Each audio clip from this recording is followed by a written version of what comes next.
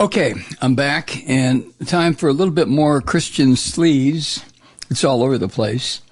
And again, let me just kind of qualify what I'm saying. I'm not talking about the Christianity that is practiced by people who believe in what has been purported to be the teachings of Jesus of Nazareth, the rabbi, the carpenter.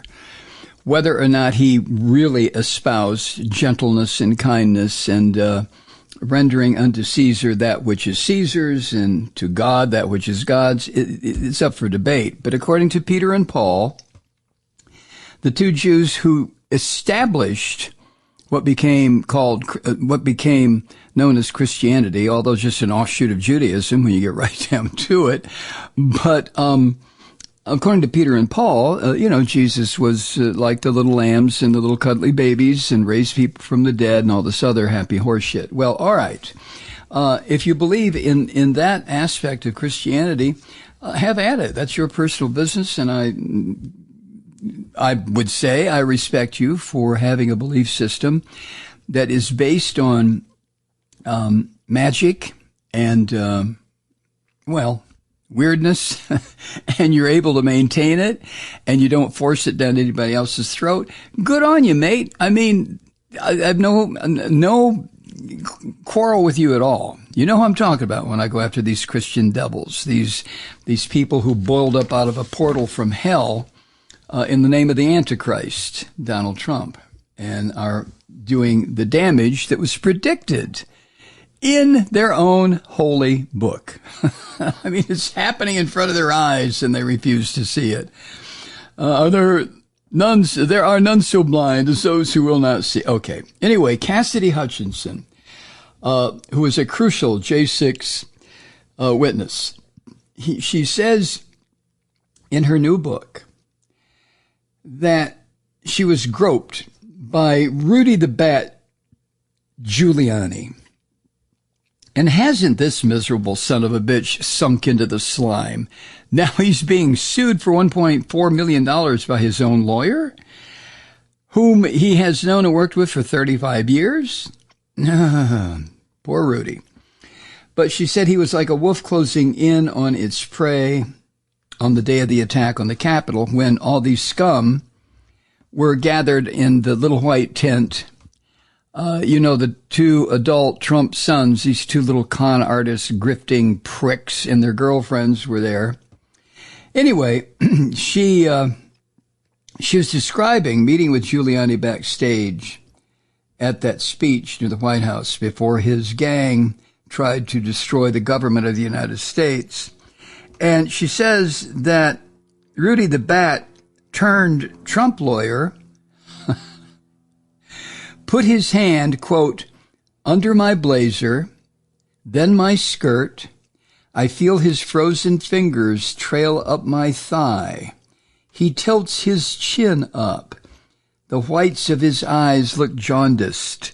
My eyes dart to John Eastman, who flashes a leering grin. I fight against the tension in my muscles and recoil from Rudy's grip. Filled with rage, I storm through the tent on yet another quest for Mark Meadows. End quote. Oh my God, see what I mean? Now, excuse me. Boy, got a little tickle in my throat and thought I was going to blow the microphone apart. Where was I? Oh, yeah. She, in her memoir, and the title of it is Enough. That's the title of her book. She describes her journey from Trump supporter to her terrible disenchantment. She's only 27 years old now. My God, how old was she when she got enthralled by this orange bastard? 20? 19? And she describes how she got to her role as a key witness for the House J6 committee. The book is going to be out next Tuesday. Now, since Trump left office, the orange bastard Well, no, the orange bastard is Trump. Rudy the Bat, who's now 79 years old. What was he? 71 when he tries to slide his hand up the skirt of someone 60 years younger than he. Oh my God. Where was I? Oh yeah. Like Trump, Giuliani has pled not guilty to 13 criminal racketeering and conspiracy charges here in Georgia over, the attempt to negate the votes of 2 million Georgians. And he was also found liable for defamation of the 2 Georgia election workers who have been harassed and received death threats because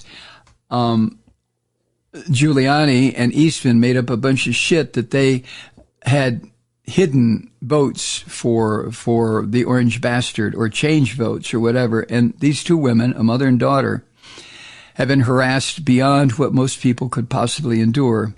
And the mother, matter of fact, both of them were witnesses at the J6 committee, these 2 Georgia election workers. All they were election workers who volunteered to do their duty. Oh, my God.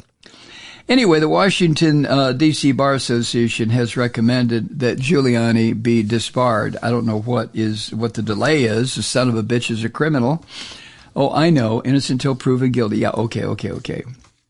Now, according to The Guardian, Rudy the Bat is really struggling to pay his legal expenses. He's got his luxury New York apartment up for sale. He faces that 1.3 million, I'm sorry, I said 1.4 million lawsuit from his own lawyer who's trying to get paid for whatever legal services this asshole's provided for Giuliani. He's got a $10 million suit from a former personal assistant. And in that lawsuit, Rudy the Bat is accused of offenses including abuse of power, wage theft, harassment, and sexual assault. Well, this son of a bitch is really something, isn't he? Huh? This grubby old bastard. I mean, now The Guardian asks for comment from Giuliani about Hutchinson's description of what happened in the tent right before the riot occurred, and no answer. Of course not. And then Cassidy Hutchinson writes that when she's trying to describe the events of January 6th and Trump's deadly attempt to try to destroy democracy in this country, she writes that she, quote, experienced anger, bewilderment, and a creeping sense of dread that something really horrible was going to happen. I find Rudy in the back of the tent among others, John Eastman. The corners of his mouth split into a wide Cheshire cat smile. Waving a stack of documents, he moves toward me like a wolf closing in on its prey. We have the evidence. It's all here. We're going to pull this off, Rudy says as he wraps one arm around my body, closing the space that was separating us. I feel his stack of documents press into the small of my back. I lower my eyes and watch his free hand reach for the hem of my blazer. By the way, he says, fingering the fabric, I'm loving this leather jacket on you. His hand slips under my blazer, then my skirt. End quote. Cassidy Hutchinson, I'll stop right there. I mean, after all, I have a family podcast here, and I don't want to use foul language. Hi, Truth Seekers. Mike Malloy here. You know, the Progressive Voices Network brings you commercial-free commentary from today's leading progressive radio hosts and pundits, like me, Mike Malloy, 24 hours a day. I'm not your typical old guy from the 80s or the 90s talk radio host, and Progressive Voices is not your typical talk radio network. It's a listener-supported nonprofit with no corporate control whatsoever over our broadcast. So hosts like me, Mike Malloy, are free to rant and scream and carry on about whatever we like. We're often controversial, but we're never boring. Weeknights, 9 p.m. in the East, 6 p.m. in the West on the Progressive Voices Network. Always progressive, always on. I'm Mike Malloy. Keep it lit.